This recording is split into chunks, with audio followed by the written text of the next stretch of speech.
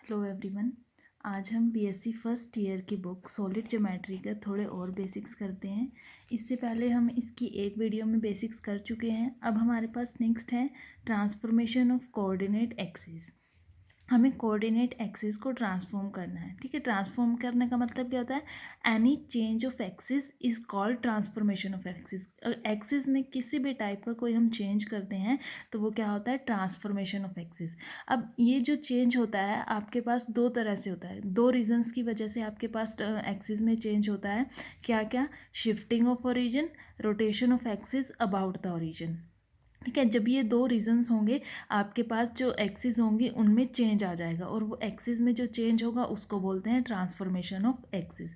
अब इन दोनों रीजंस को हम डिटेल में पढ़ेंगे। सबसे पहले हमारे पास है shifting of origin. Shifting of origin में क्या है आपके पास कि आपको जो ओरिजिन है, जो ओरिजिनल ओरिजिन आपको गिवन है, आपको उसको शिफ्ट करना है। ठीक है, हम इसको समझते हैं। फॉर एग्जाम्पल आपके पास ये है Y axis and this is X axis. ये आपके पास एक्स एक्सिस है, दिस इज वाई एक्सिस, और ये आपके पास है ओरिजिन। आपको करना क्या है? इसको शिफ्ट करना है। ठीक है, अब देखो, अगर आपके पास ये ओरिजिन है, सपोज करो यहाँ से इस एक्स एक्सिस पे हमने डिस्टेंस लिया h, ठीक है, और यहाँ से मैंने वाई एक्सिस पे डिस्टेंस लिया k यहाँ तक। ठीक है, तो ये इसके कॉरस्पॉन्डिंग ये पॉइंट आपके पास क्या बनेगा? ए पॉइंट। इसके कोऑर्डिनेट क्या बनेंगे? H and K according to X axis and Y axis. ठीक है, तो अब क्या करते हैं, जो ये हमारे पास ओरिजिन है हम इसको इस पॉइंट पे शिफ्ट करते हैं। ठीक, इस पॉइंट पे शिफ्ट करते हैं तो आपके पास ये चला गया यहाँ पे, और इसको हमने कर दी एक लाइन और ड्रॉ कर दी। ठीक, तो इसको मैंने नाम दे दिया this is x dash and this is Y dash. ठीक, तो हमारे पास ये काम करना है, O be the origin, O X O Y be the original axis. O origin है, ओ एक्स और ओ वाई ओरिजिनल एक्सिस है। ओ पॉइंट को शिफ्ट करो ए पे, जिसके कोऑर्डिनेट्स क्या हैं? एच एंड के। यहाँ से यहाँ तक एच है, यहाँ से यहाँ तक आपके पास के है। ठीक है, अब ए के थ्रू एक लाइन ड्रॉ करो parallel to O X, this is O X A x dash, और ए के ही थ्रू एक लाइन ड्रॉ करो पैरेलल टू ओ वाई, और ये आपके पास क्या बनेगी? A Y dash. ठीक है, तो ये आपके पास क्या बन गई? नई कोऑर्डिनेट एक्सिस बन गई। अब यहाँ पे हमने एक पी पॉइंट लिया, पी पॉइंट है। ठीक है, अब पी पॉइंट जो है, देखो ये पुरानी कोऑर्डिनेट एक्सिस में बिलाई करता है, ये नए कोऑर्डिनेट एक्सिस में बिलाई करता है। तो इसके आपके पास दो कोऑर्डिनेट्स होंगे, एक पुराने के कॉरस्पॉन्डिंग और एक नए के कॉरस्पॉन्डिंग। तो हमने सपोज कर लिया कि एक्स वाई जो है इसकी पुराने एक्सिस के कॉरस्पॉन्डिंग है, और एक्स डैश वाई डैश जो है वो नए के कॉरस्पॉन्डिंग है। ठीक है, तो हमने यहाँ पे एक पॉइंट ले लिया पी। पी में आपके पास P X Y, this is, ये आपके पुराने के कॉरस्पॉन्डिंग अगर आप यहाँ पे लाइन ड्रॉ करो तो ये आपके पास डिस्टेंस कहाँ से कहाँ तक बनता है?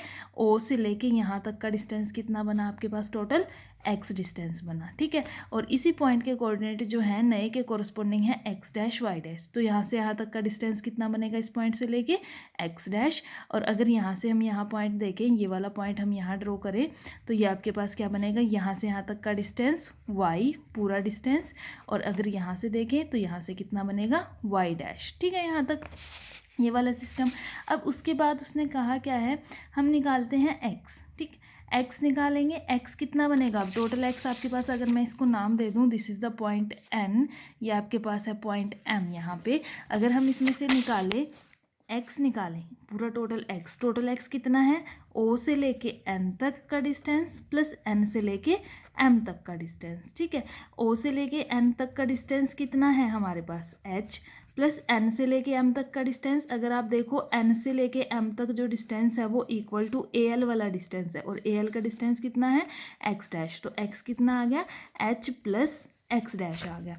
अब अगर हम यहाँ से ये वाई निकालें, पूरे कोऑर्डिनेट वाई कितना बनेगा आपके पास? फिर से यहाँ से आप देखो, ये आपका यहाँ से यहाँ तक का डिस्टेंस प्लस यहाँ से यहाँ तक का डिस्टेंस, यहाँ से यहाँ तक का डिस्टेंस देख लो, यहाँ से आप कितना निकलेगा, और यहाँ से यहाँ तक का डिस्टेंस देख लो। ठीक है, तो यहाँ से यहाँ तक का डिस्टेंस तो आपको पता है ये वाई डैश है, और यहाँ से यहाँ तक का डिस्टेंस आपके पास कितना बनेगा?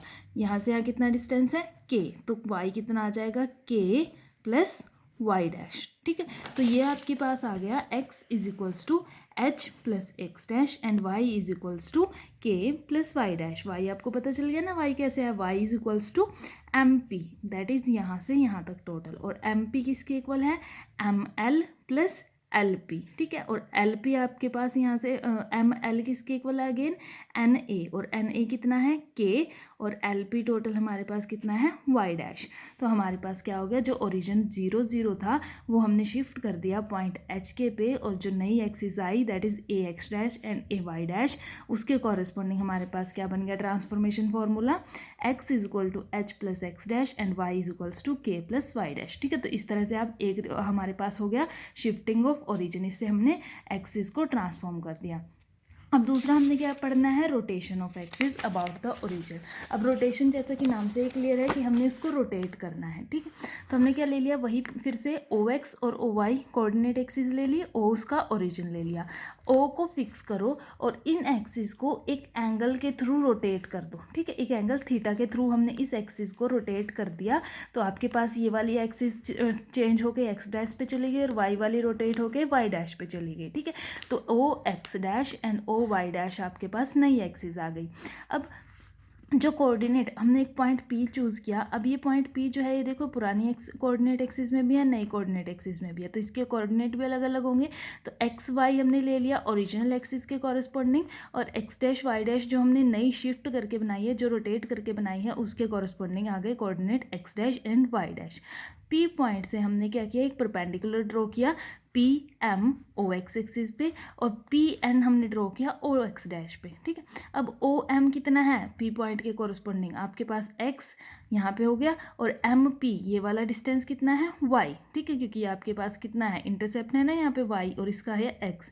इसी तरह से ओ एन कितना है एक्स डैश, और पी एन कितना है वाई डैश। ठीक है, और एंगल की बात करें तो angle P O X dash कितना है फाई, और एंगल पी ओ एक्स कितना है, ये total angle that is phi plus theta आपके पास। अब क्या करो, ओ पी की वैल्यू ले लो आर, ओ पी को हमने माना आर, तो हमारे पास एक्स कितना है, एक्स की वैल्यू कितनी थी यहाँ से ओ एम आपके पास कितना बन जाएगा, O M is equals to O P cos theta plus five, और ओ पी की वैल्यू कितनी है R cos theta plus five. यहाँ से हम कोस ए प्लस बी का फॉर्मूला खोल दिया, cos A cos B minus sine A sine B, R cos theta को इकट्ठा किया, आर कोस फाइव को इकट्ठा किया, कोस थीटा अलग निकाल दिया, माइनस यहाँ से आर साइन फाइव को किया, साइन थीटा निकाल दिया। ठीक है, अब आर की वैल्यू कितनी है ओ पी, और कोस फाई आपके पास यहाँ से क्या आ जाएगा O L by O P cos theta. फिर से अगेन आर की value O P, sine phi की वैल्यू कितनी आ गई P L by O P sine theta, यहाँ से ओ पी से O P cancel, O L cos theta बचा, यहाँ से पी एल साइन थीटा बचा। ठीक है, और ओ एल की वैल्यू कितनी है आपके पास, ओ एल आपने निकाला है that is x dash, O L is x dash and P L is Y dash. ठीक है, तो आपके पास क्या चेंज हो गया, x is equal to x dash cos theta minus y dash sine theta.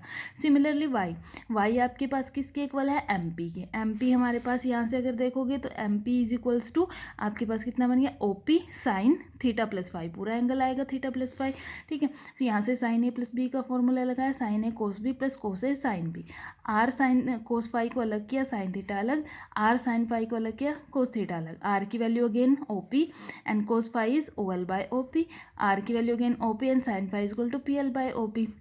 यहाँ से कैंसिल होकर बचेगा ओ एल साइन थीटा, और यहाँ से आपके पास बचेगा P L sine theta. O L की वैल्यू अगेन आपके पास है x dash and P L की वैल्यू कितनी है वाई डैश। ठीक है, तो आपके पास जो कोऑर्डिनेट आए रोटेट करने के बाद, तो ट्रांसफॉर्मेशन फॉर्मूला क्या बन जाएगा, from old axis to new axis, x is equals to x theta x dash cos theta minus y dash sine theta, and y की वैल्यू कितनी आ जाएगी x dash sine theta plus y dash cos theta. ठीक है, तो ये आपके पास था इसका बेसिक्स।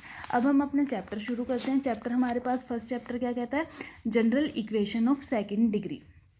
सबसे पहले हमारे पास डेफिनेशन आती है कोनिक सेक्शन की। कोनिक सेक्शन क्या कहता है, let us fix the point S called focus. सबसे पहले देखो हमने कोऑर्डिनेट एक्सिस ड्रॉ की O X and O Y. ठीक है, this is O X, this is O Y, coordinate axis draw की, एक पॉइंट फिक्स किया एस। ठीक है, S is this is called focus, और एक लाइन हमने फिक्स की ए बी। ठीक है, this line A B is called directrix. एक प्लेन में हमने एक पॉइंट फिक्स किया और एक लाइन डायरेक्ट्रिक्स जो होती है उसको फिक्स किया।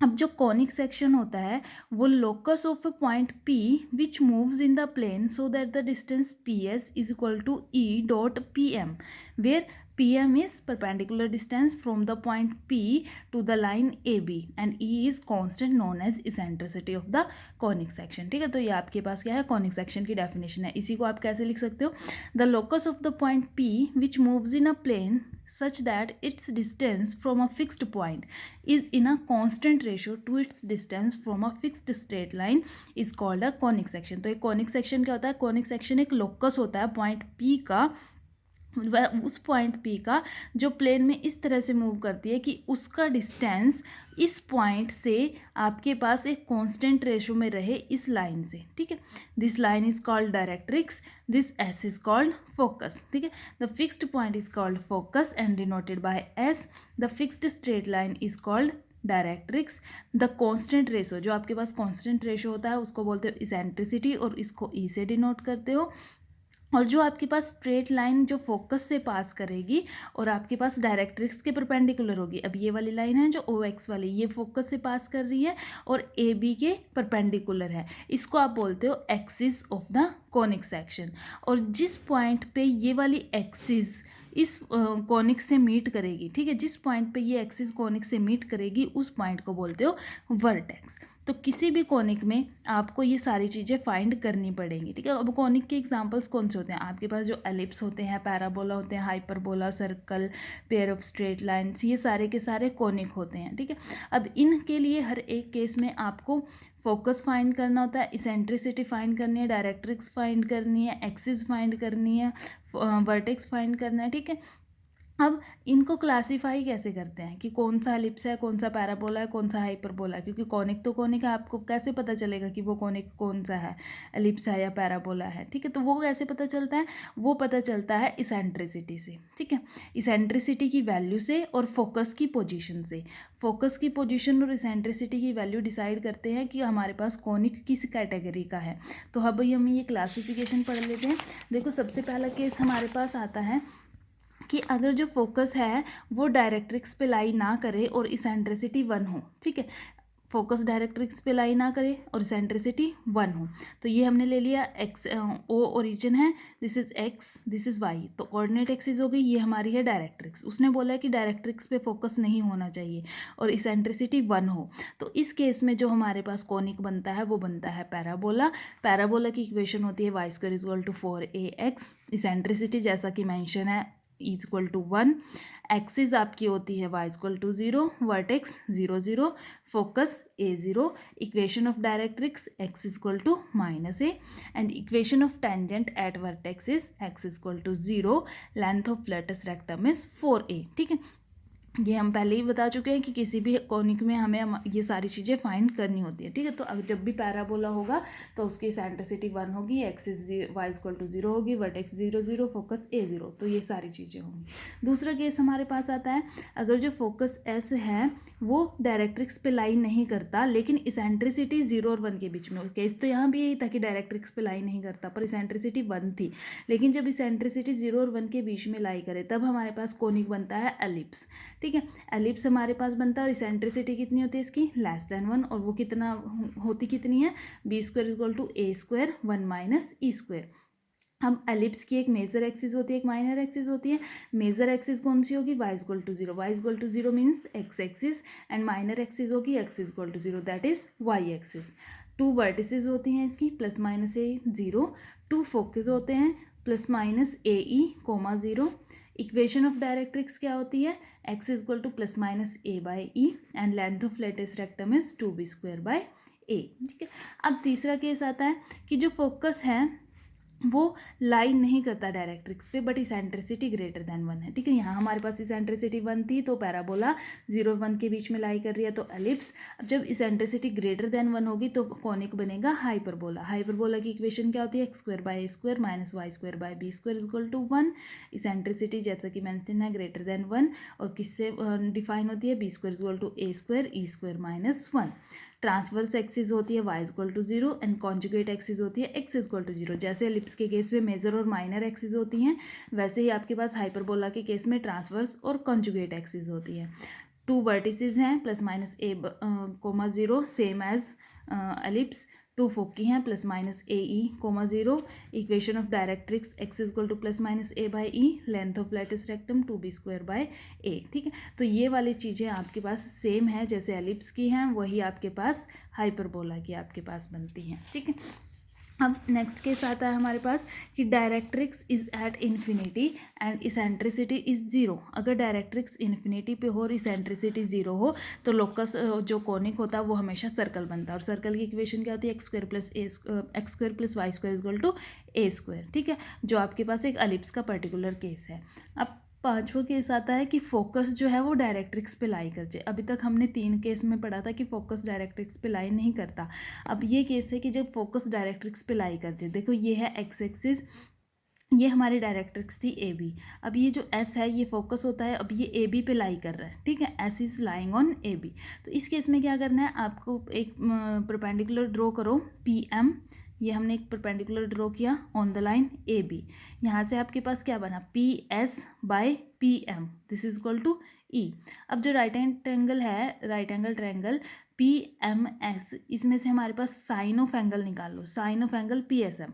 P S M, sine of angle P S M आपके पास कितना बनेगा, P M by P S. P S is आपके पास कितना बन गया, इसका reverse P M by P S, that is 1 by E. इस केस में आपके पास क्या होगा, जो लोकस होगा वो 2 स्ट्रेट लाइंस होंगी। ठीक है, अब 2 स्ट्रेट लाइंस होंगी, अब लेकिन वो भी डिपेंड करेंगे आपकी इस ई की वैल्यू पे। अगर ये ई की वैल्यू लेस देन 1 हुई, जैसे ई की वैल्यू लेस देन 1 होगी, क्योंकि ई डिनोमिनेटर में है तो साइन ऑफ दिस एंगल कितना हो जाएगा, greater than 1। Sine of angle greater than 1 होना इम्पॉसिबल है। ठीक है, तो इम्पॉसिबल है, इसका मतलब क्या हुआ कि जो लोकस है पॉइंट पी का वो 2 इमेजिनरी लाइन्स हैं पासिंग थ्रू एस, इस एस से पास होने वाली 2 इमेजिनरी लाइन्स आपके पास आ जाएंगी। लेकिन अगर इसेंट्रिसिटी ग्रेटर देन 1 हो जाती है, ई ग्रेटर देन 1 हो जाता है, तो लोकस जो होगा 2 स्ट्रेट लाइन्स आएंगी। कौन सी straight line, this S E and this is S F, यानी कि ये 2 स्ट्रेट लाइन जो आपके पास फोकस एस से ही पास कर रही हैं और एक दूसरे को कौन से एंगल पे मीट करती हैं, एक दूसरे को मीट करती हैं आपके पास साइन इनवर्स 1 बाई ई पे। अब अगर ई 1 हो जाए, ई 1 हो जाए तो sine of angle this is equal to 1, means angle कितना हो गया, 90 डिग्री का, क्योंकि साइन की वैल्यू 1 कहाँ होती है, 90 डिग्री पे।